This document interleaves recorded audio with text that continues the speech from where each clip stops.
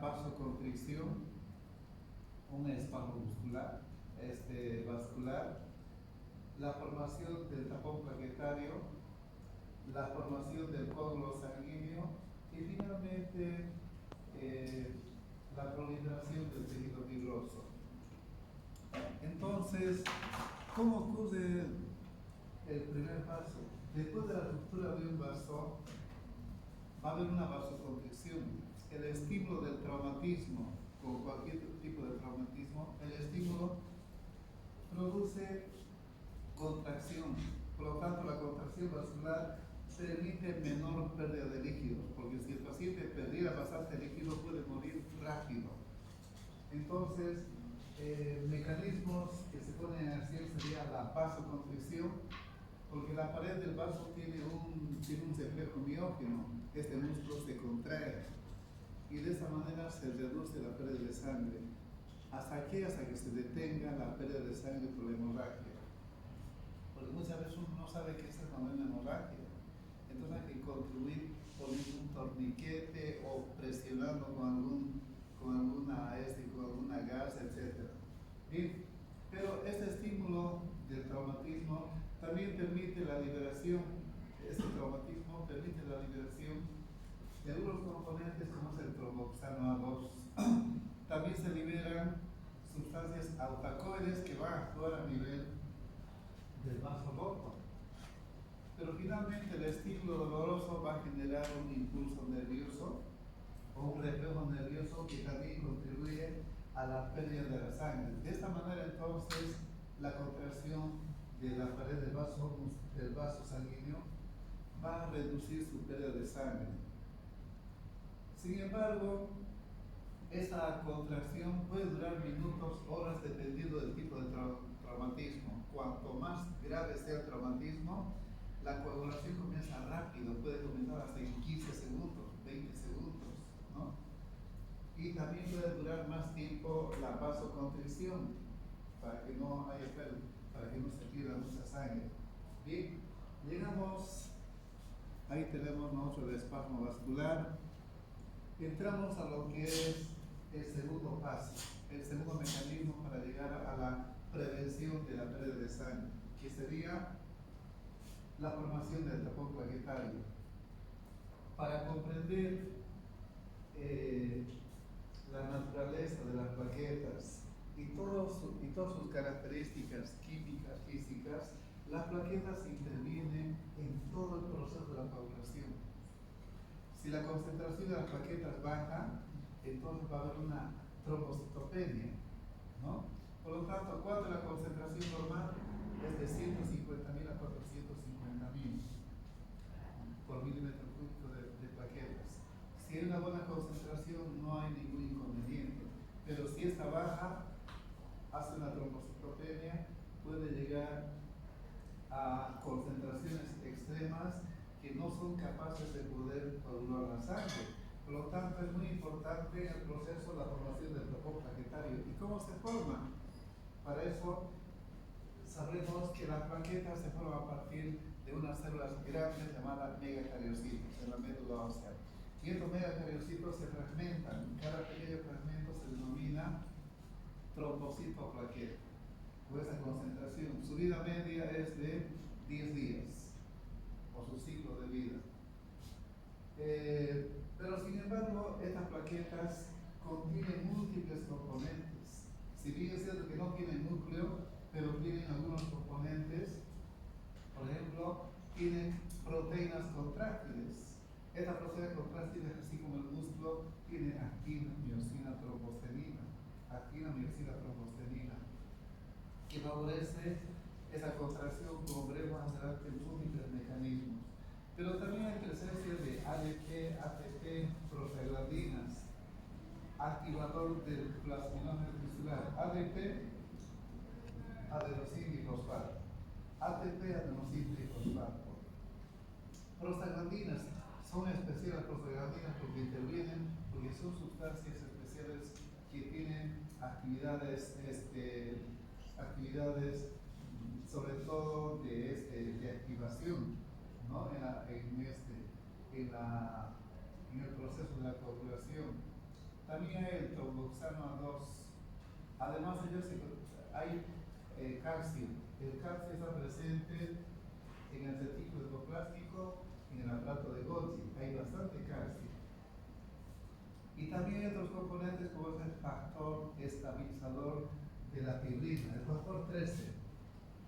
Factor estabilizador de la fibrina se encuentra en el interior de las plaquetas. Y también hay factor activador de las plaquetas. Y todo esto, fíjense ustedes, actina, miosina, trombostenina, proteínas contráctiles, ATP, ADP, prostaglandinas, factor activador de las plaquetas, también factor estabilizador de la fibrina, el factor 13, factores de crecimiento, y acá tenemos el tromboxano A2 y también el calcio. ¿Sí? Entonces, como ven ustedes, las plaquetas contienen múltiples componentes, además de que su pared, en la parte de la membrana, se encuentran fosfolípidos y glucoproteínas. ¿Para qué? Para evitar el acercamiento hacia las células endoteliales o hacia la pared, porque las células siempre circulan por la parte media, no se marginan por la parte media, salvo que haya alguna complicación. Muy bien, dicho esto, entonces ya comprendemos que las plaquetas intervienen en la formación del tapón plaquetario, un segundo mecanismo para llegar a la hemostasia. Pero ¿qué pasa? La sangre y estos componentes, acá por ejemplo vamos a hacer mención, en las células endoteliales de los vasos sanguíneos contienen glucocáliz, contienen tromboglobulina, son sustancias que van a impedir que las plaquetas se acerquen, más bien las repelen, las rechazan, ¿no? Para evitar ese acercamiento. Pero sin embargo las plaquetas a veces, cuando hay un traumatismo, por debajo del endotelio hay un colágeno llamado colágeno subendotelial. Es el colágeno subendotelial. Cuando se expone el colágeno subendotelial, entonces las plaquetas cambian de forma. Como va a haber un traumatismo o una sección donde se rompe el vaso sanguíneo, entonces el colágeno subendotelial se expone. Y cuando se expone, también hay una sustancia que se conoce como el factor de Von-Willebrand, que se va a adherir acá, el factor de Von-Willebrand se adhiere y esto atrae las plaquetas. Y estas plaquetas, que normalmente medían de 1 a 4 micras, ahora aumentan de tamaño, se tornan pegajosas y van a emitir proyecciones, ¿no? Como pseudópodos, y finalmente va a haber la agregación plaquetaria. En realidad va a haber una adhesión plaquetaria. Unas plaquetas con otras se juntan las plaquetas. Y cuando se juntan y estas se contraen, van a liberar varios componentes de lo que tiene acá. Se libera ATP, se libera tromboxano A2, factor activador de las plaquetas. También la serotonina, según otros autores, también se libera. Por lo tanto, toda la liberación del ADP, adenosíntrifosfato, el tromboxano A2, el factor activador de las plaquetas, atrae más plaquetas, va a haber mayor adhesión, va a haber una agregación plaquetaria, es decir, se juntan las plaquetas, se agregan y va a formar el tapón plaquetario. Este tapón es bastante débil, pero ya va a contener, va a detener la hemorragia. ¿Por qué? Porque va a formar presencia ahí.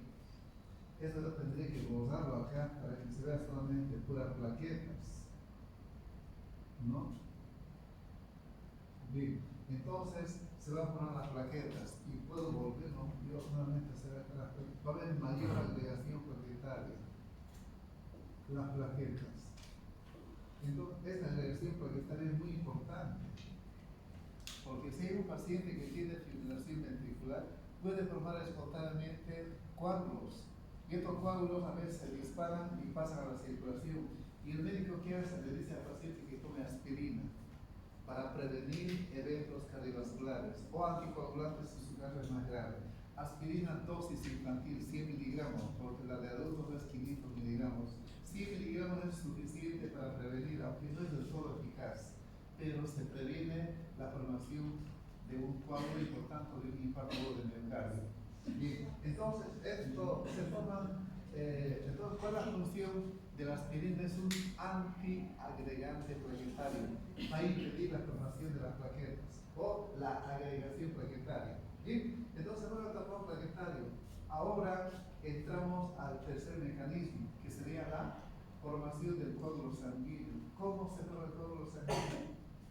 Para esto va a ocurrir lo que se llama la cascada de la coagulación, donde hay reacciones químicas, se activan múltiples componentes. ¿Qué componentes? Normalmente en la sangre circulan unos componentes llamados procoagulantes y anticoagulantes. Son como 50 sustancias circulantes, ¿no? Estos procoagulantes son, estimulan la coagulación, por lo tanto son procoagulantes. En cambio, otros grupos van a inhibir la coagulación, son anticoagulantes. El que la sangre coagule o no coagule depende del equilibrio de los procoagulantes y de los anticoagulantes. Los procoagulantes se los designa con un número romano. 1, el factor 1, que sería el fibrinógeno. 2, la protrombina. 3, el factor tisular, también llamada el factor tromboplastina tisular. 4, calcio. 5, proacelerina. El 7, no hay el 6. El 7, proconvertina. El 8, antimofílico A. El 9, antimofílico B, también llamado factor de Krebs. El 10, el Stuart Proe. El 11, antimofílico C. El 12, factor Ageman. El 13, lo que tiene las plaquetas, factor estabilizador de la fibrina. Hay otros que se llaman cininógenos de alto peso molecular, también llamado factor de Tisserand. Y el otro sería la precalicreina, que cuando se activa se convierte en calicreina, también denominado factor de Fresia. Por lo tanto, todos estos están designados en números romanos. Y uno dirá, ¿dónde se encuentra el fibrinógeno? El hígado. El hígado produce fibrinógeno. ¿Y cuánto es la concentración del fibrinógeno? Es más o menos, tiene un peso molecular de 340.000, es amplio, es de gran peso, pero su concentración más de 100 a 700 miligramos. Es muy importante saber la concentración, más adelante se darán cuenta por los veremos. Bien, que también y la protrombina también se forma en el hígado. La mayoría de estos factores se forman en el hígado. Por lo tanto, el hígado es el formador de gran cantidad de los factores de coagulación, pero no el 8, tampoco el 3, tampoco el 4, ¿no? Bien, entonces, estos factores de coagulación, cuando se activan, añadimos la letra A, sería factor, sería un procoagulante o un factor de coagulación activado, porque normalmente circula en forma inactivada, ¿no? Bien, y en cambio los anticoagulantes, los que predominan porque la sangre se mantiene en forma líquida, son varios componentes, son las fibras de fibrina, que más adelante hablaremos de las fibras de fibrina. Las sustancias de la superficie endotelial. Entonces acá hay unos factores de la superficie endotelial que también son sustancias anticoagulantes, como son glucocalis, cromomodulina y otros que más adelante haremos mención sobre esto, ¿no? También está la heparina. ¿Dónde se forma la heparina? Ya lo sabemos por el capítulo 35. Se encuentran en la proximidad de los capilares. Son células pericapilares del tejido conectivo laxo. Eso aprendieron ustedes en histología. Y estos mastocitos contienen en su interior múltiples componentes, pero en este caso sería la heparina, la más importante. Entonces la heparina es un anticoagulante.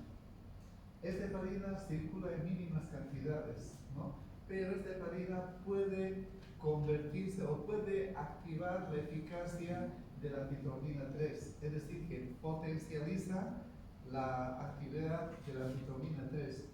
Esta eficacia aumenta de 100 veces a 1000 veces más.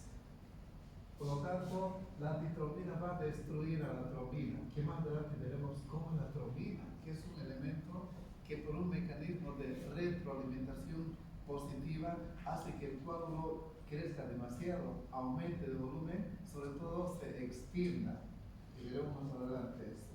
¿Sí? Entonces hemos visto que hay varios que hay varios factores de coagulación y anticoagulantes. Bien, pero para que se desencadene la cascada de la coagulación, lo hace por dos vías. Puede ser por la vía extrínseca o por la vía intrínseca, los dos al mismo tiempo se activan, pero la vía extrínseca es bastante potente, es bastante rápida. La sangre puede coagular ya a partir de los 20 segundos, ya comienza la coagulación a partir de los 15-20 segundos. Es explosiva, rápida. En cambio, la vía intrínseca es lenta. Cada uno se activa por diferentes vías y mecanismos, como veremos más adelante. Pero el producto de esa cascada de reacciones químicas de la coagulación, varios se van a activar varios, y el producto final va a ser formar ese complejo activador de la protrombina a través de estas dos vías. Comencemos con la vía extrínseca. ¿Cómo se activa? Fíjense ustedes, ¿qué ocurre cuando se corta un vaso sanguíneo? Cuando hay un corte de vaso sanguíneo, no solamente se dañan los vasos sanguíneos, sino también las células adyacentes, las células tisulares, también se dañan. Pero las células tisulares en su superficie tienen fosfolípidos y lipoproteínas. Estos dos componentes se van a liberar y estos constituyen lo que se llama el factor 3. Entonces, el factor tisular, o también llamada el factor tromboplastina tisular, es la combinación de este complejo de fosfolípidos y lipoproteínas. Por lo tanto, cuando hay una ruptura o cuando se corta un vaso sanguíneo, estas células liberan a partir de esos complejos fosfolípidos y lipoproteínas, el factor 3. Cualquier traumatismo de la pared de un vaso sanguíneo van a liberar el factor 3. Y el calcio interviene en todos los factores, en cada paso de la coagulación. Ahí podemos ver todos los componentes que actúan acá, el tromboxano 2, el ADP, ¿no? Todo lo que hemos indicado. Y acá tenemos la cascada de la coagulación. Estamos hablando de la vía extrínseca, ¿no? Bien, la vía extrínseca comienza acá, en este lado. El factor 3. Y el factor 3 con el 7 forma un complejo, además de que el calcio interviene. Y este complejo ejerce una acción enzimática para activar al factor 10. Factor 10 activado. Activa el factor 10. Y el factor 10 es una proteasa muy importante que es la que en realidad va a activar a la protrombina, pero en presencia del factor 5. Además de eso, acá está presente nuevamente este complejo lipoproteico, los fosfolípidos de las células tisulares y de las plaquetas. Y todo esto van a estimular van a activar a la protrombina. Por eso decimos que va a haber un complejo activador de la protrombina. ¿Quién controla todo esto? ¿Quién activa todo esto? Es el factor 10. De esa manera entonces va a activar el factor 10, la protrombina, que hemos indicado la protrombina. Sus concentraciones de 12 a 15 miligramos por decilitro, ¿no? Donde se forma en el hígado. Por lo tanto, una hepatopatía va a impedir la formación adecuada de una concentración de protrombina. Una hepatopatía puede ser una hepatitis, una cirrosis, una atrofia amarilla aguda, etc., ¿no? Algunas enfermedades que van a impedir la formación no solamente de estos componentes, como es el fibrinógeno y la protrombina, sino que también de otros componentes. ¿Bien? Entonces, esa protrombina se va a desdoblar en dos componentes. Se dice que su peso molecular es 68.700. Se desdobla en dos componentes llamados trombina. La trombina. La protrombina se convierte en trombina. La protrombina se convierte en trombina. Esa trombina, que tiene un peso de 33.700, esa trombina tiene una actividad enzimática potente, va a activar al factor 1, que es el fibrinógeno. Entonces, la trombina actúa en el factor 1 del fibrinógeno. Y este fibrinógeno, que se va a formar por monómeros de fibrina, se van a juntar, se van a polimerizar y van a formar fibras de fibrina. así más o menos. Esto de acá, fibras de fibrina. Estas son fibras de fibrina. Miren, entonces, estas fibras de fibrina se unen, pero fíjense, se unen por enlaces de hidrógeno no covalentes, es decir, que van a formar fibras, pero no muy estable. Este coágulo no es estable. Pero sin embargo, una vez que se están formando estas fibras, cuando se polimerizan, estas fibras de fibrina se van a entrecruzar, va a ocurrir esto. Es decir, ahora sí son covalentes y van a formar una red. Pero ¿quién produce esto? Este componente, el factor 13. El factor 13 habíamos indicado que era el factor estabilizador de la fibrina. Factor estabilizador de la fibrina. Por lo tanto, el factor estabilizador de la fibrina produce mayor entrecruzamiento. Ya no es una unión simplemente, es un entrecruzamiento. Es decir, en todo sentido. Y ha formado una red. Fíjense ustedes, en la parte inferior hay una red, ¿no? Un retículo.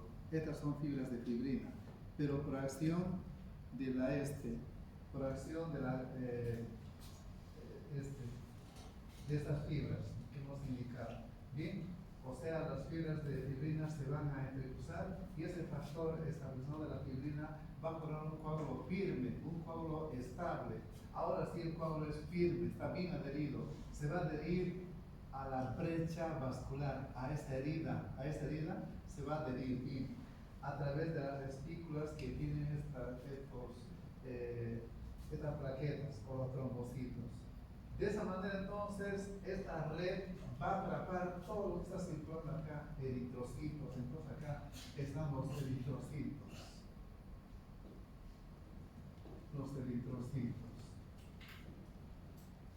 Los leucocitos, los factores de la coagulación. De esa manera se ha formado un coágulo bastante inflexible. Esto corresponde a la formación del coágulo sanguíneo. Pero este coágulo no puede estar todo el tiempo obstruyendo, tiene que restaurarse el flujo sanguíneo, ¿no? Y para que se restaure, ocurre lo siguiente: va a haber una retracción del coágulo. Acá tenemos la retracción del coágulo, que es entre 20 minutos y 60 minutos. En el lapso de una hora, el coágulo que era grandecito se va haciendo pequeñito, se retrae. Gracias a la actina, miosina y trombosterina, se contrae, se retrae. Y cuando se contrae, se va a exprimir el coágulo. Es como si él tuviese una prenda de vestir mojada o húmeda.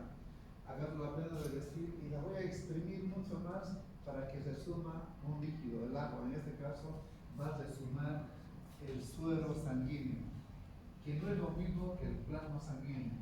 El plasma sanguíneo, pregunta de examen, el plasma sanguíneo tiene proteínas y factores de coagulación.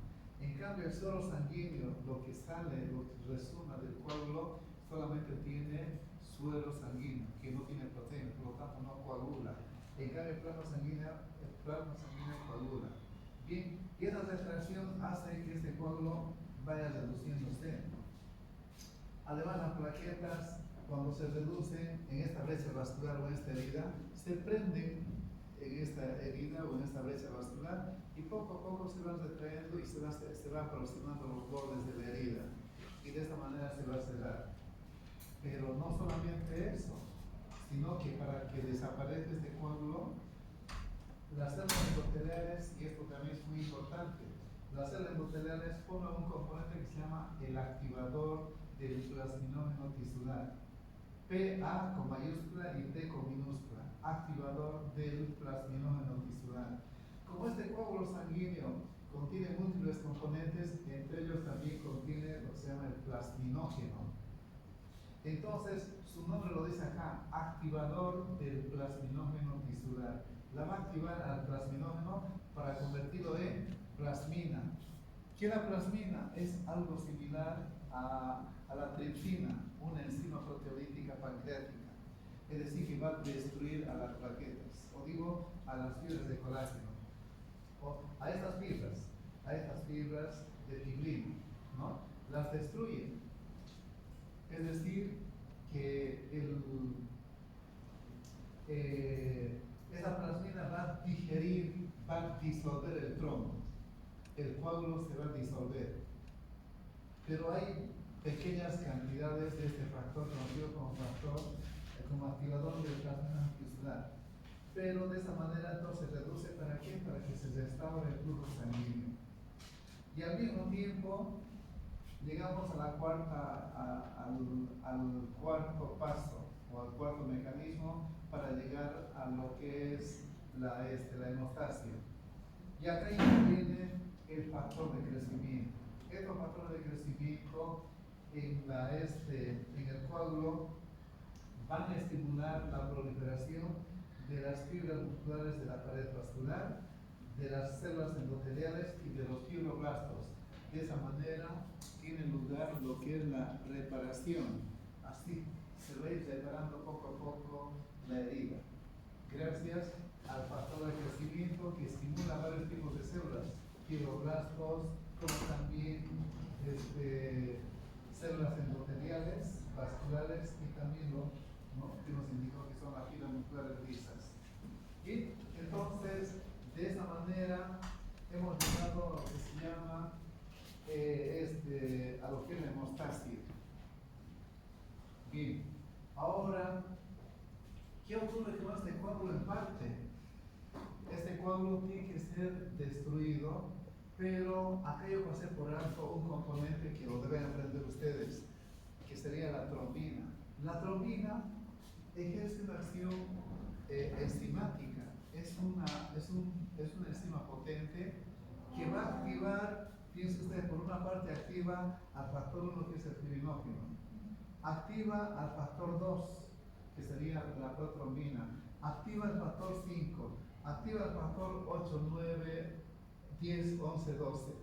Por lo tanto, la protrombina activa, y cuando activa, ¿qué va a ocurrir? Este coágulo que se ha formado va a crecer, va a aumentar, se va a extender. Ese es el efecto de retroalimentación positiva de la trombina. Por una parte, va a favorecer un buen taponamiento y un coágulo bueno, pero por otra parte puede ir creciendo. Pero gracias a estos componentes, este coágulo se va a ir digiriendo, se va a disolver ese coágulo. Por eso se llama profibrinolicina, y esto es una fibrinolicina, va a lisar al coágulo. ¿Bien? Entonces ahora sí, comprendemos. Pero, ¿qué otra acción tienen las fibras de fibrina? Ahora sí vamos a comprender. Estas fibras de fibrina o esta red de fibras, lo que hace es inactivar o absorber, no con B, con B, absorber a la trombina. Entonces, la trombina que está acá presente y también circulando en la sangre, la trombina va a ser destruida por esas fibras de fibrina. Estas fibras de fibrina, en un 85% van a destruir aquí a la trombina. ¿Para qué? Para que ese coágulo no siga extendiéndose. Pero también otro anticoagulante importante sería la antitrombina 3. Y la antitrombina 3 también va a absorber o destruir o inactivar a la trombina en un 15%. Entonces la inactiva también. De esa manera, el excedente de la trombina es destruida por la antitrombina 3. Por lo tanto, y la antitrombina 3 no solamente tiene esta acción de inactivar a la trombina, sino que también inactiva el factor 9, 10, 11, 12. Por lo tanto, fíjense este asterisco: 9, 10, 11, 12. Estos factores de coagulación se inactivan. Y si se inactivan, ya no hay coagulación. ¿Por qué? Porque es un anticoagulante. Ahora les pregunto a ustedes, porque acá hay estudiantes buenos también, les pregunto a ustedes: si un paciente diabético tiene proteinuria, está perdiendo proteína por la orina, esto es una proteína. Por lo tanto, también está perdiendo antitrombina 3. También está perdiendo otros tipos de proteínas como albúmina, como globulinas. Las inmunoglobulinas también está perdiendo. Por lo tanto, un paciente diabético que por proteinuria pierde la antitrombina 3, si pierde antitrombina 3, que no debería perder, si pierde, entonces esa antitrombina 3 ya no va a controlar a la trombina, por lo tanto puede el paciente presentar trombos, es decir, un evento un tromboembolismo. Bien, en todos los pacientes diabéticos en ocasiones presentan eventos tromboembólicos. ¿Eso en qué nivel ya de una persona con diabetes tiene que...? Cuando el paciente diabético tiene dañado el riñón, pierde proteínas a través de la orina, a eso se llama proteinuria, ¿no? Y si pierde proteínas, también pierde antitrombina 3. Y si pierde antitrombina 3, entonces el paciente sufre eventos tromboembólicos. Puede presentar un trombo a nivel pulmonar, por ejemplo. ¿Debido a qué? Debido a la pérdida de proteínas por la proteinuria. Por eso es muy importante la presencia de la antitrombina 3. ¿Por qué? Porque destruye e inactiva la trombina. Porque la trombina es la responsable de que se formen coágulos, que más adelante va a ser mención para que se den cuenta. Bien, ahora sí, ya vimos nosotros entonces que hay anticoagulantes importantes. Y también la heparina. ¿Dónde se sintetiza la heparina? En los mastocitos. ¿Qué contiene los mastocitos? Contiene histamina, serotonina, brancicina, prostaglandinas, heparina, que es lo más importante en este caso, la heparina. Esta heparina se produce en cantidades mínimas. ¿Para qué? Para activar y aumentar la eficacia de la antitrombina 3, para que no haya más coagulación. Bueno, eso es lo que respecta a esto. Ahora hablaremos sobre algunas enfermedades hemorrágicas. Hay una, se puede decir, una prevalencia mayor de hemorragias en los pacientes que tienen baja concentración de la vitamina K. La vitamina K, si bien es cierto, tiene dos fuentes de producción. Una, de fuente exógena a través de los alimentos. Estos alimentos tienen vitamina K, pero una cantidad mínima. ¿Cuáles son? Frutos secos, algunas verduras, col, palta, aguacate o abacate, como quieran. Los brasileños dirán abacate, los peruanos dirán aguacate o palta simplemente, ¿no? Y los mexicanos que dicen aguacate, ¿no? Y los acá por lo llamamos como palta. Bien, entonces, estos tienen vitamina K. Esta vitamina K se forma en el organismo. O sea, nosotros, en la flora bacteriana que tenemos en el colon, porque está colonizado por bacterias saprófitas, estas bacterias, pues, esta flora bacteriana sintetiza vitamina K. Pero esa vitamina K, para que se sintetice, necesita bilis. O sea, la bilis cuando baja favorece la absorción de la vitamina K. Por lo tanto, tiene que haber un buen hígado. Si habría una hepatopatía o habría una obstrucción por un cálculo biliar en la vía biliar, en el colédoco, entonces no se absorbe vitamina K. Porque vamos a ver la importancia que tiene la vitamina K. ¿Cuál es la importancia que tiene la vitamina K? La vitamina K, cuando llega al hígado, sobre todo a partir de la flora bacteriana, que se sintetiza y se absorbe gracias a la bilis, cuando llega acá, por acción de una carboxilasa que interviene para que haya también ácido glutámico, hace que la vitamina K se oxide. Y cuando se oxida, se inactiva. Por lo tanto, la vitamina K queda inactivada. Pero también al mismo tiempo hay una enzima que tiene el hígado. El hígado tiene cientos, decenas de enzimas. Una de ellas se llama en este caso la epóxido reductasa, que hay entonces mención como complejo epóxido reductasa vitamina K1. Simplemente nosotros epóxido reductasa. ¿Qué hace la epóxido reductasa? Activa la vitamina K. De lo que estaba inactivada por la carboxilasa, la activa a la vitamina K. Esta vitamina K activada va a sintetizar o va a favorecer la producción de 4 factores de coagulación, el 2, el 7, el 9, el 10. Por ello decimos como mnemotécnico que la vitamina K nació el año 1972. Obviamente que una vitamina no nace, ¿no? Entonces, la vitamina K nació el año 1972 para acordarse. Entonces, al 1, 1972, al 1 le añadimos un 0 y leemos 10. 2, 7, 9, 10. 2, 7, 9, 10. Entonces, la vitamina K va a formar 4, 5 factores de coagulación. El otro factor sería la proteína C, que es un anticoagulante. Vitamina D se habla de la proteína S. Bien, entonces la vitamina K va a formar 4 factores. 2, la protrolina. 7, la proconvertina. El 9 sería el antimofílico B y el 10 sería el factor Stuart-Prober. Por lo tanto, el 10 es Stuart-Prober. Bien, entonces, estos factores de coagulación son vitamina K dependientes, dependen de la vitamina K.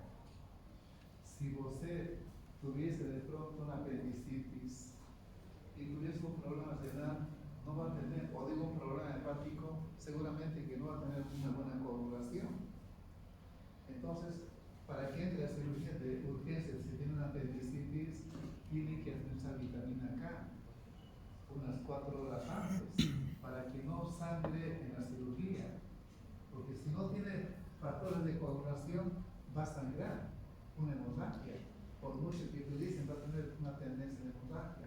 Pero la vitamina K que se administra forma 4 factores, 2, 7, 9, 10. Entonces tiene más protección para coagular, porque la coagulación es importante, para que uno no pierda o no se desangre. Bien, entonces es muy importante. También los niños, acá como verán, un recién nacido, acá fíjense, los niñitos cuando nacen estériles en el tubo digestivo, no tienen flora bacteriana. Por eso que un niño recién nacido no hay que besarlo demasiado, porque nosotros tenemos bacterias en la cavidad oral, en las fosas nasales, podemos de alguna manera exponerlo a un niño, pero si estamos resfriados o cualquier otra enfermedad. Entonces ellos no tienen vitamina K porque su flora bacteriana todavía no está presente. Por eso que a todo niño recién nacido se administra una ampolleta de vitamina K. Su nombre comercial es Conactim o Canactim, acá, en la parte externa del músculo, para que no sangre una vez que es. Por isso, quando nasce um niño, nós podemos fazer a vitamina K na criança para evitar essa hemorragia. Claro, ¿usted primero? Sim. Entonces eso es la explicación. ¿Usted colocó vitamina K? Sim. Entonces la vitamina K hace eso. La vitamina K forma 4 factores de coagulación, por eso que la vitamina K nació en el año 1972. Factor 2, 7, 9, 10, ¿no? Para que no se olvide. Bien, entonces eso es lo que respecta a la vitamina K. Pero también puede haber enfermedades, ya hemos hablado de la vitamina K, hablaremos de la trombocitopenia. Toda trombocitopenia es reducción. Si es osteopenia, tiene poca densidad ósea. Si es trombocitopenia, si es leucopenia, sería baja concentración de leucocitos. Si es trombocitopenia, baja concentración de plaquetas. La concentración normal habíamos indicado que es de 150.000 a 450.000. Pero cuando baja esta concentración, muchas enfermedades virales, como por ejemplo en el dengue hemorrágico, baja bastante. Cuando baja bastante, o en una enfermedad autoinmunitaria también puede bajar y hacer una trombocitopenia, ¿no? Y cuando baja, entonces si no hay trombocitos, ustedes saben que las plaquetas intervienen. Para activar a esta se necesita el factor 3 plaquetario, se necesita fosfolípidos, se necesita la activación de esta por esos componentes. Por lo tanto, la vitamina K, o digo, las plaquetas intervienen, porque las plaquetas tienen múltiples componentes. Hemos visto para qué las plaquetas. Por eso que las plaquetas son imprescindibles que tengan una concentración normal. Y si habría una trombocitopenia por debajo de 50.000 o de 40.000 o de 30.000, la persona presenta esto. Una hemorragia en piel y mucosa, así como puntitos. Esto es una hemorragia puntiforme, ¿no? En piel y mucosas, o también llamada púrpura trombocitopénica. Presionamos y no desaparece, a eso se dice la vientropresión. Agarramos una placa o un portaobjeto, presionamos, sigue presente ahí porque es presencia de sangre, no es vasodilatación. Bien, entonces, hasta puede haber, fíjense ustedes, hasta puede haber hematomas en ocasiones. Bien, entonces, sobre todo cuando se acumula bastante, como pueden ver ustedes acá, por una trombocitopenia. Entonces, la baja concentración de plaquetas no permite una buena coagulación y por eso va a haber un sangrado con estas características.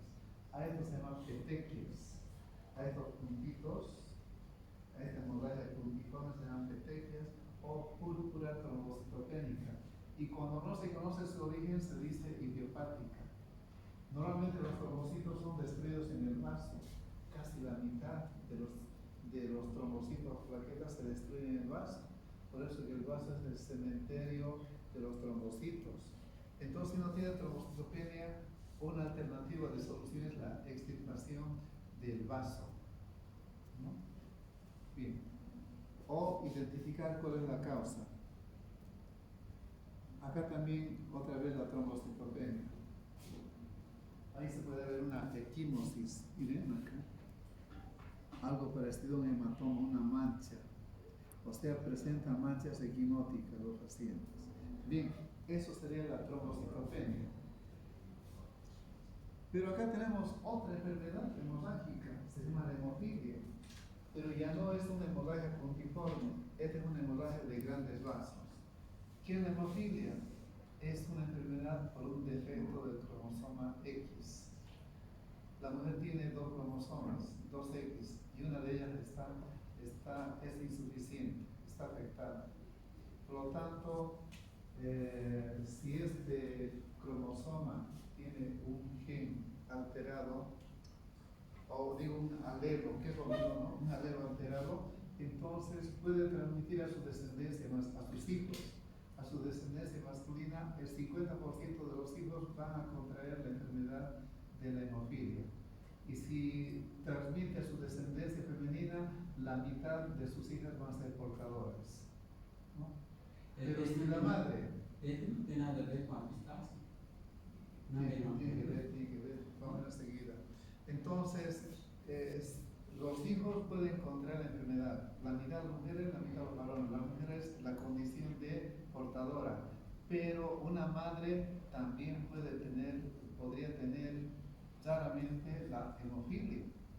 Porque si de su madre recibió los cromosomas, un cromosoma defectuoso, y el padre es hemofílico, un cromosoma X defectuoso, entonces la hija hace la enfermedad. Aunque puede tener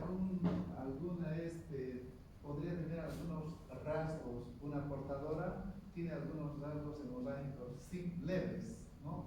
No muy fuertes. Bien, entonces las personas pueden transmitir también a su prole. Por eso dice que tiene características de transmisión esta enfermedad. Bien, fíjense ustedes, ahora es de grande, esto es una epistaxis cuando es de la nariz, una tiborragia cuando es de las encías, o puede haber a otros niveles, puede ser una protorragia o cortes pequeños, la extracción de un diente. Fíjense, si no hay este factor, el factor 8, el 85% de los pacientes que tienen esto, o sea, la deficiencia o una anomalía del factor 8, entonces hace que el paciente tenga la enfermedad. Pero no todo paciente que tenga deficiencia del factor 8 es hemofilia, porque el factor 8 tiene dos moléculas importantes. Un grupo puede ser de una molécula mayor y otra menor.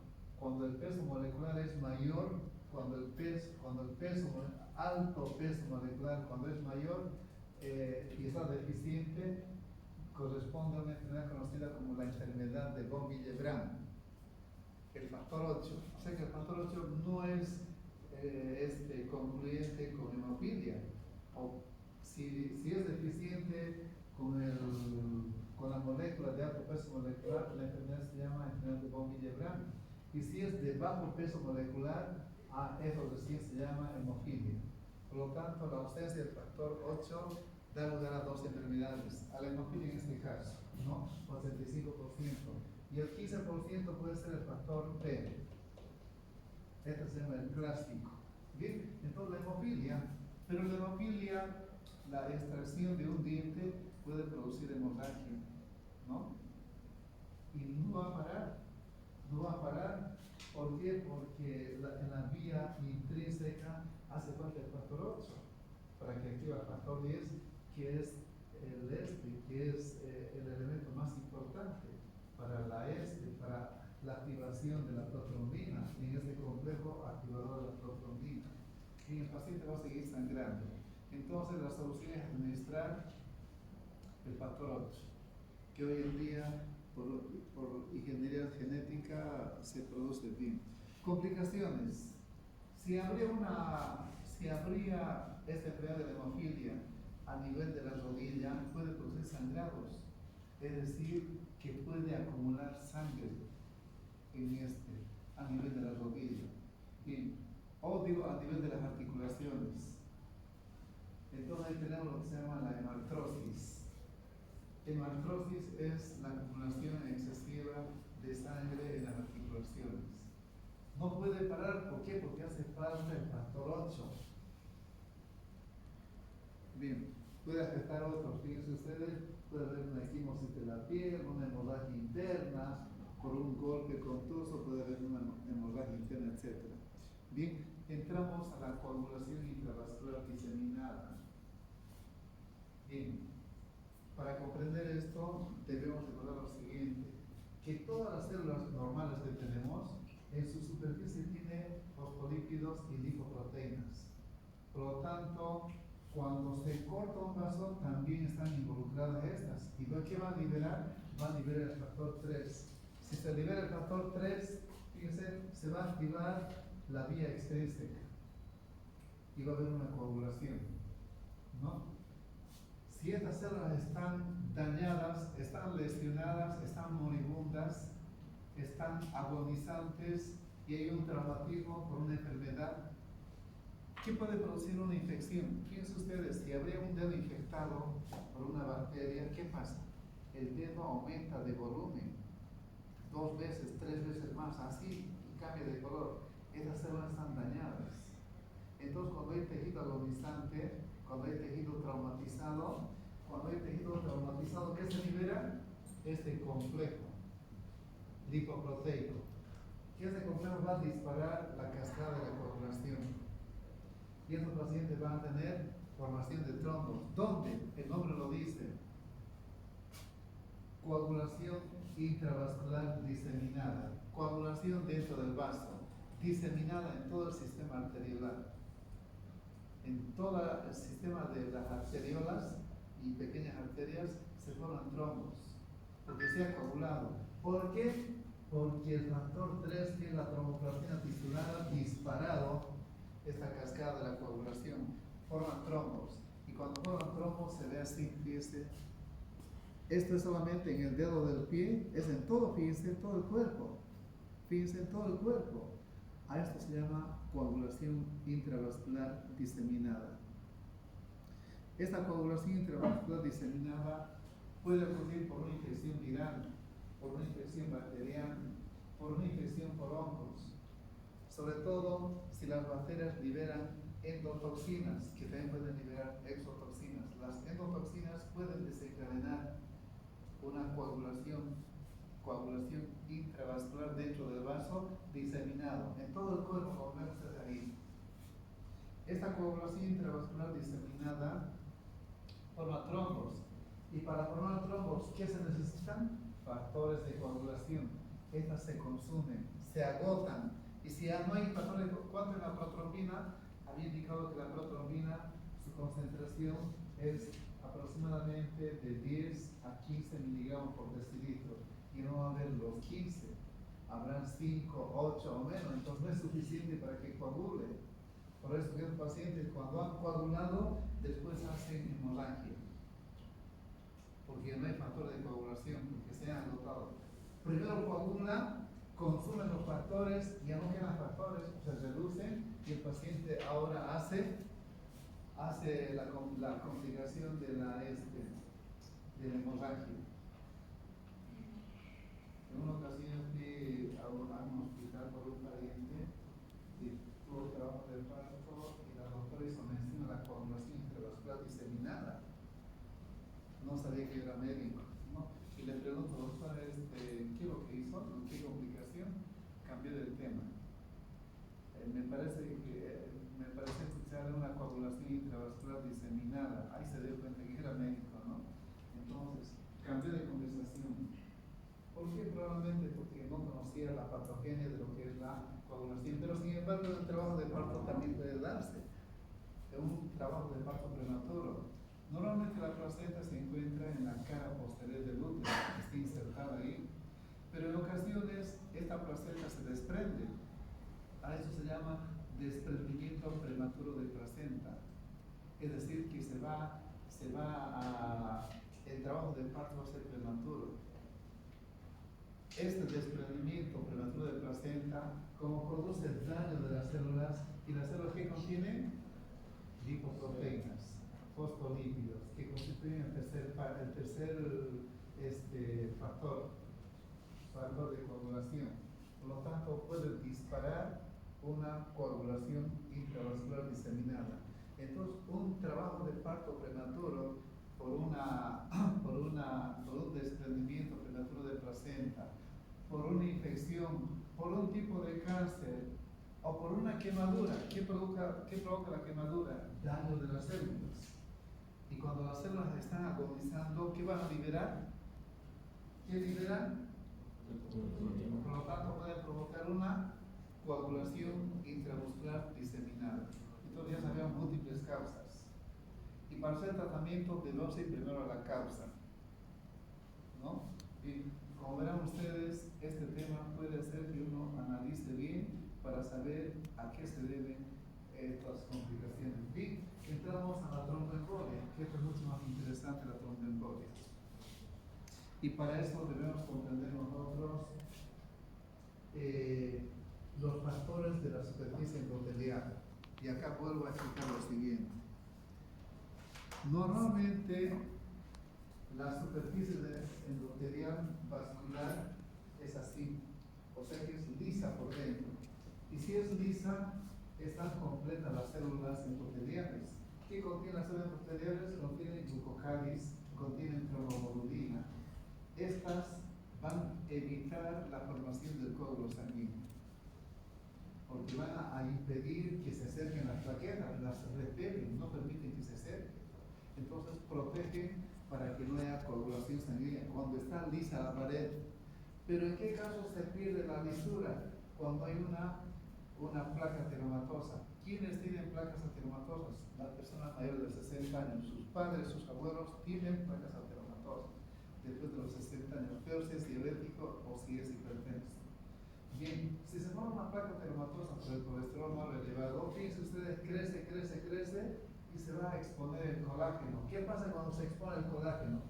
Las plaquetas cambian de forma, se van a aglomerar, va a haber una adhesión plaquetaria y una agregación plaquetaria y comienza a formarse el coágulo, un trombo. Si ese trombo se pone en el corazón, ¿qué va a producir? Un infarto de miocardio. Si ese trombo se produce a nivel del sistema nervioso central, ¿qué va a producir? Con una arteria, un accidente cerebral, ¿no? O un ictus cerebral. Bien, entonces, un traumatismo igual, una infección igual. Bien, ¿por qué? Porque la infección va a dañar el endotelio. Si el endotelio está dañado y ha perdido la lisura, entonces este paciente puede hacer la formación de un trombo. Bien, entonces estamos viendo que es muy importante la lisura de la superficie endotelial. ¿Y cuáles son los factores? son estos: glucocalis, trombomodulina, porque estas van a impedir que se formen trombos. Además, si las células endoteliales están bien, liberan óxido nítrico. El óxido nítrico produce vasodilatación cuando está el endotelio íntegro. También va a liberar prostaciclina, que es una forma de prostaglandina I2. Acá lo tengo anotado. Entonces acá lo anotaré igual prostaglandina I2. Bien, entonces el óxido nítrico y la prostaciclina que liberan las células endoteliales sobre todo el óxido nítrico es un potente vasodilatador, aumenta el flujo sanguíneo. Y cuando hay flujo sanguíneo hay nutrientes, hay oxigenación. Pero si está dañado el endotelio, ya no va a haber vasodilatación, que no actúa bien ese potente vasodilatador. Además son inhibidores de la agregación plaquetaria, o sea, impiden que las plaquetas se agreguen. Son inhibidores de las plaquetas. ¿Qué pase? Ahora que viene, que también creo que vemos. Ya, muy bien. Entonces, ya sabemos que la prostaciclina y el óxido nítrico que liberan las células endoteliales van a inhibir la agregación plaquetaria para que no coagule. Pero si se pierde la lisura, se hace dudosa, entonces un paciente está expuesto como los abuelitos, los bisabuelos que tienen presión alta o que tienen presión alta, esto vale la pena para que tomen en cuenta en la clase o en la feria educativa. Entonces, los que tienen presión alta hacen arteriosclerosis. Los que son diabéticos hacen arteriosclerosis. Y cuando hay arteriosclerosis, esto crece y se hace irregular. Y cuando es irregular, se expone el colágeno subendotelial. Y cuando se expone, todas las plaquetas cambian de forma y se van a agregar y formar un trombo. Bien, entonces estos factores es muy importante. Otro factor importante es la trombomodulina. La trombomodulina, habíamos indicado nosotros que la trombina, por un mecanismo de retroalimentación positiva, podría aumentar el coágulo, como veremos más adelante. Entonces, ¿qué hace la trombomodulina? Va a impedir que esta trombina actúe. Se combina y cuando se combina va a activar a la proteína C. Y esta proteína C activada va a inactivar al factor 5 y al factor 8. ¿Para qué? Para que no coagule, para que no forme un trombo o para que no forme un coágulo anormal. Bien, por eso que también la proteína C es considerada como un anticoagulante. Esos factores son muy importantes, como indica ahí. El glucocalis hemos indicado que repele e impide la formación de coágulos. Estos son los factores, son anticoagulantes, son factores de protección de la superficie endotelial. Por eso, cuando el endotelio está listo, está bien, es saludable. Pero cuando el endotelio es dudoso por la presencia de placas ateromatosas, por un traumatismo, por una infección, entonces pueden formar trombos.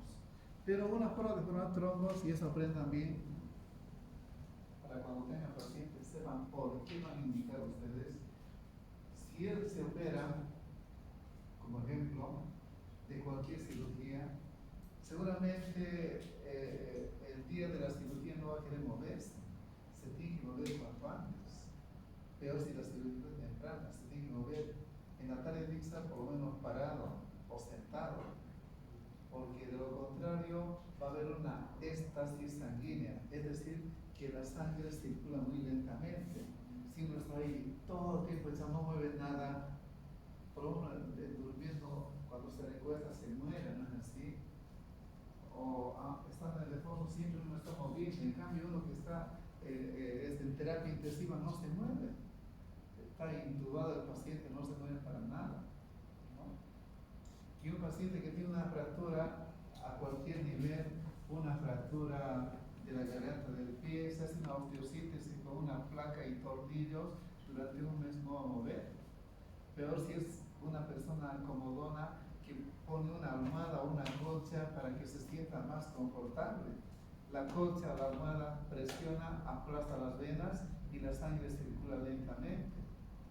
Por eso que no se tiene que mover.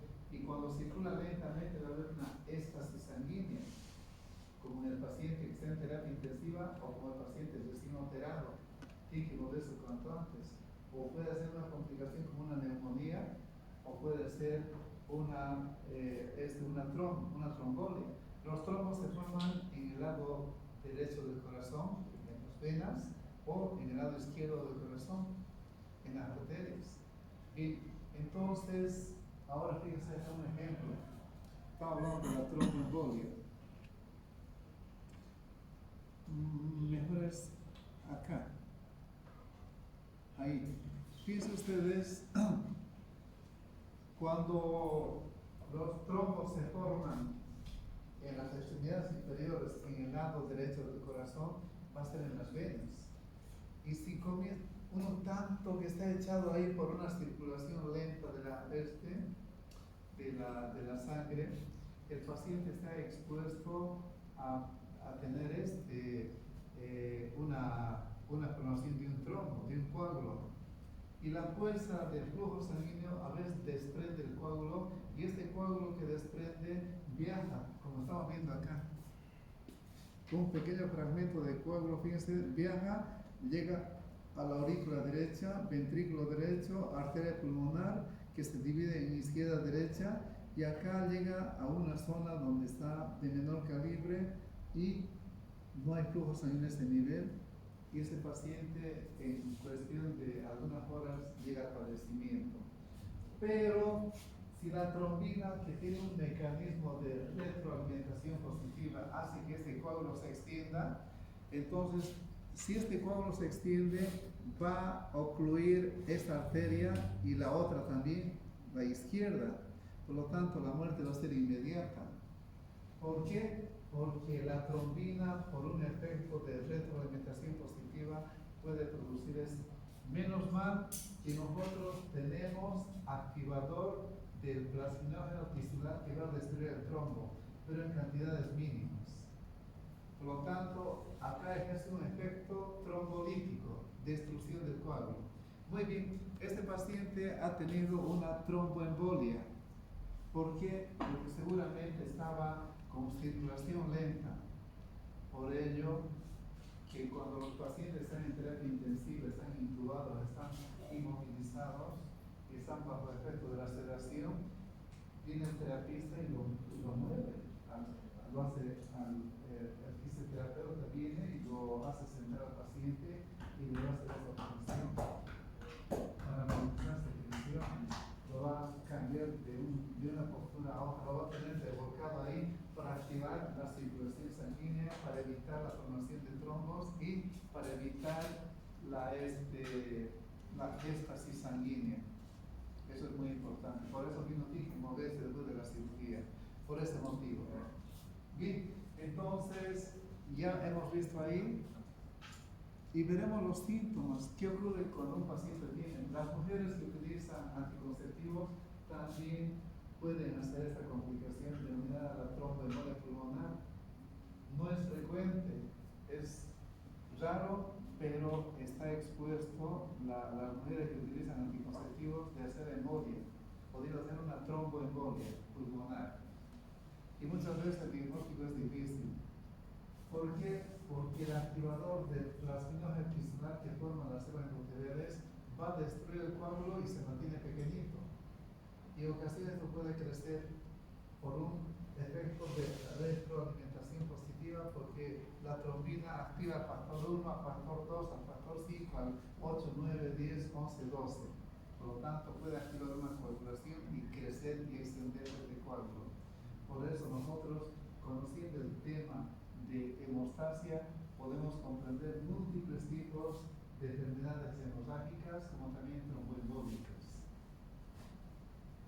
Bien, síntomas: falta de aire de forma rápida, repentina, puede haber un dolor pectoral, debilidad, etc.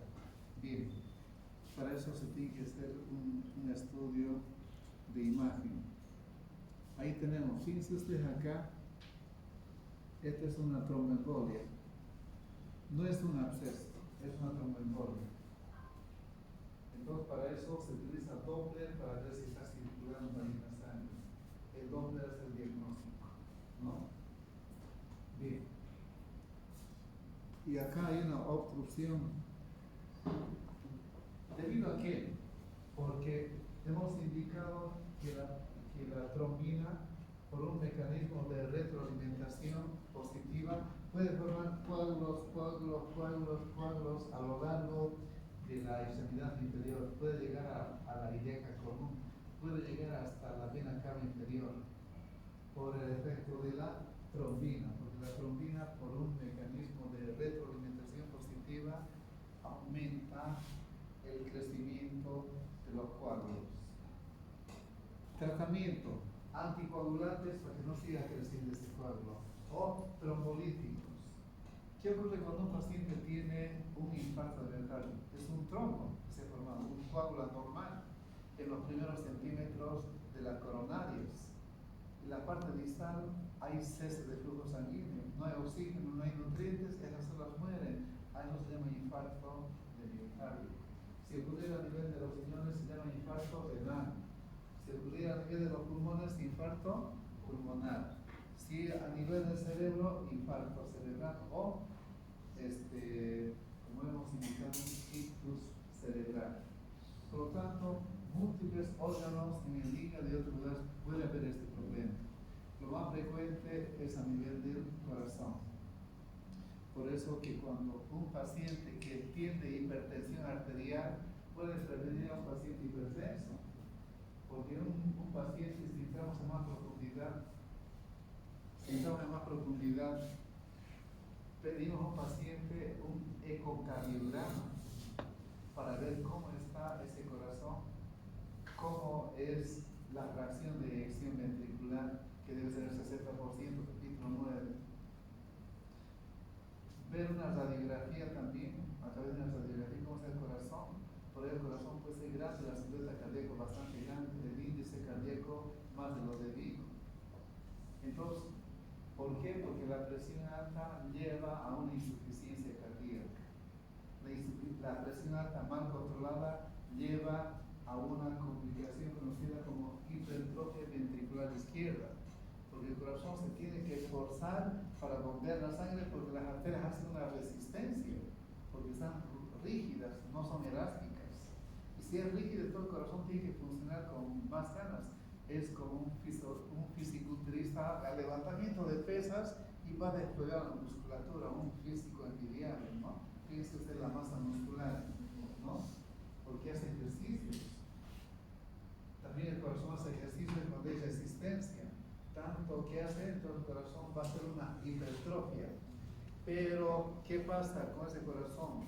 Se estira, se contrae, se estira, se contrae, se estira, se contrae. Es como el elástico. El elástico se estira, se contrae, se estira, se retrae, se estira, se contrae. Pero a ver, estírenlo durante un mes, 2 meses, un año, finalmente ya no vuelve, ya no se contrae. El corazón de igual manera, ya no se contrae. Entonces va a ser una dilatación, ¿no? Bien, todo como consecuencia de la hipertensión arterial. Hay hipertensión arterial refractaria. ¿Qué significa eso? De que se ha formado una placa ateromatosa en la arteria, en el primer tercio, en el ostium, hablamos de anatomía, en el ostium de la arteria renal, en el primer tercio, se forma una placa ateromatosa. Esa placa crece y se reduce la luz, entra poco flujo sanguíneo y el riñón cree que hay poco flujo en todo el organismo y activa el sistema renina-angiotensina-aldosterona. ¿Y el médico qué va a hacer? Va a utilizar antihipertensivos, tipo que bloqueen el sistema renina-angiotensina-aldosterona.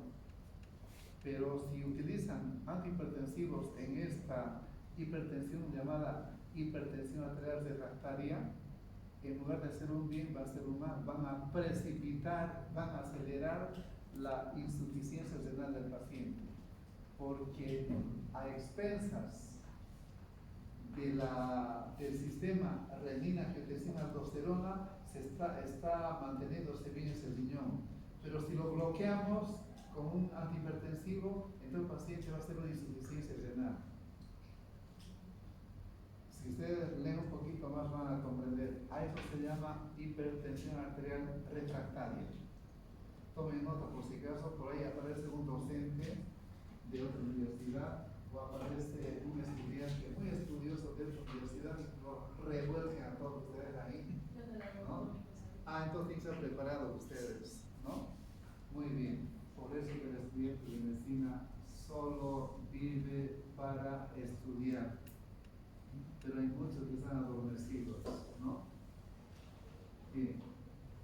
Entonces, me voy a cuidar de hablar un poco más, porque estoy siendo grabado en este momento. Bueno, entonces ya sabemos ya, ¿sí? ¿Cuánto tiempo tenemos para que termine la clase? Porque no quiero marcar. ¿20? Muy bien. Entonces, hablamos un poquito sobre lo que es la heparina. Habíamos indicado que la heparina se forma en los mastocitos y los basófilos. Y esta heparina es un anticoagulante. ¿Cómo actúa? Va a aumentar la eficacia hasta 1000 veces de la antitrombina, porque la antitrombina es muy importante, ¿no? Bien, esta heparina durante la época del COVID se ha utilizado mucho, bastante, ¿no? Las heparinas. Bien, hay heparina no fraccionada y heparina de bajo peso molecular. Bien, pero ¿cuánto se utiliza? De medio a 1 miligramo por kilo de peso. Si pesa 80 kilos, 80 miligramos en el día. Entre 40 y 80. Si redondeamos, sería 1 miligramo por kilo de peso. Bien. Ahora acá está el medicamento que les dije, esto de acá. Activador del plasminógeno tisular. ¿Qué pasa si viene un paciente de emergencia y este paciente tiene un infarto? Ha formado un trombo. Este trombo lo podemos destruir. ¿Con qué? Con el activador del plasminógeno tisular que viene con estos nombres. Viene con nombres de estreptokinasa. Vale cada ampollita $350. Viene con el nombre de alteplasa.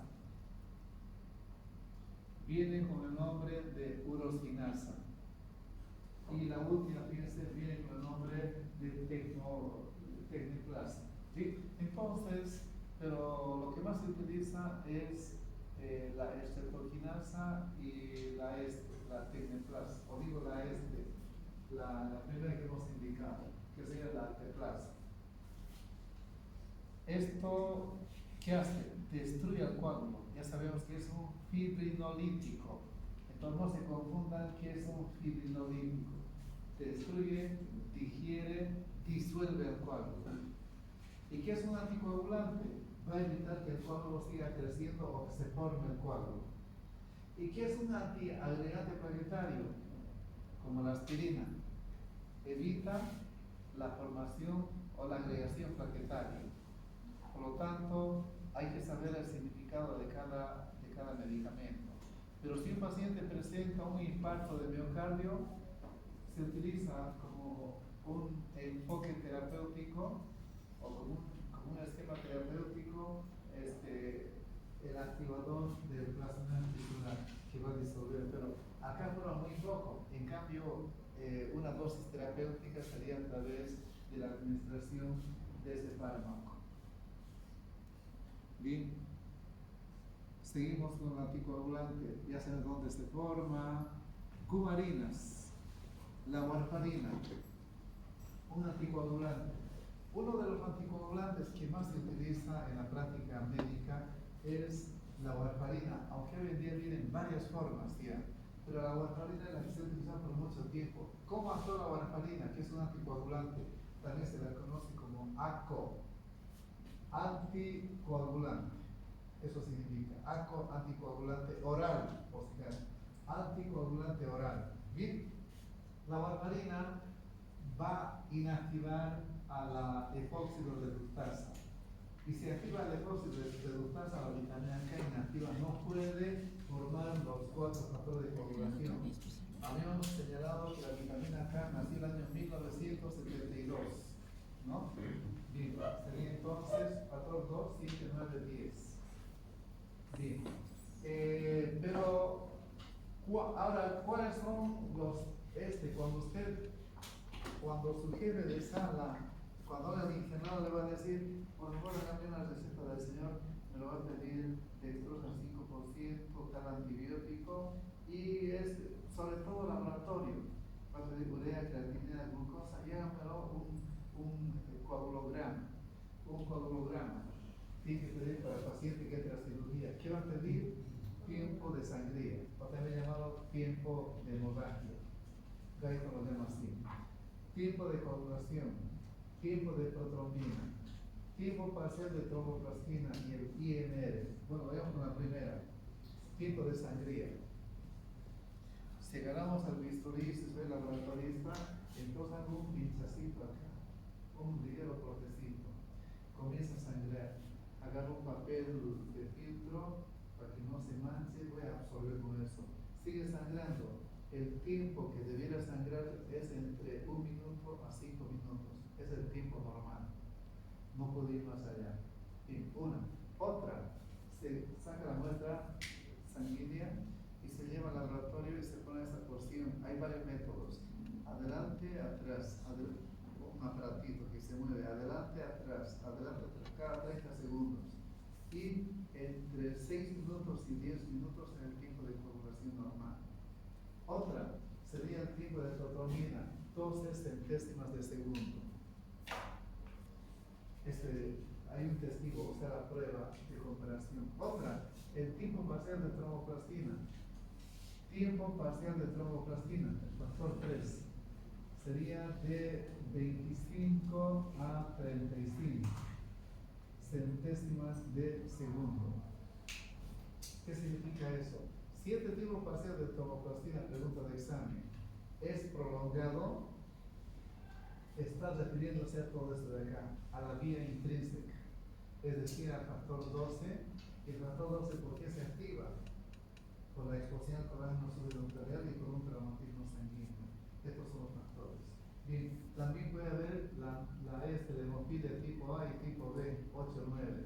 Por lo tanto, si hay un tiempo parcial de tromboplastina prolongado, es que este sistema está mal, o este paciente o tiene hemofilia o tiene alteraciones del factor 11-12. El factor 12 es por la exposición al colágeno subnuclear. Y si es la protrombina, sería la vía extrínseca. Bien, nos falta el INR. ¿Qué significa el INR? Todo paciente que está anticoagulado o no lo esté, para controlar y monitorear el paciente, se pide esta prueba, se llama cociente internacional normalizado. Ese es el significado del INR. A todo paciente se pide. ¿Y cuánto debe estar? De 0.9 a 1.3, eso es normal. Acá no hay miligramos, nada, es el número. Eso es normal. Pero si la paciente está anticoagulada, por ahí tiene una fractura de pelvis o está en terapia intensiva, entonces hay que pedir INR todo tipo para ver si tiene problemas de coagulación. Entonces, si está el paciente anticoagulado, su valor debe ser de 2 a 3, ya no en estos valores. Estos valores para el paciente que no está anticoagulado. Pero al que está tomando anticoagulantes, su valor debe ser de 2 a 3, sobre todo si toma warfarina. Y si este valor está en 4 o 5, es que el paciente va a presentar hemorragia cerebral o en cualquier otro lugar. Y si está por debajo de 0,5, va a presentar trombos, se van a formar coágulos anormales. Por lo tanto, el monitoreo nos permite controlar a un paciente. Bien, con esto hemos concluido el capítulo de hemostasia. Tercer parcial, hemostasia.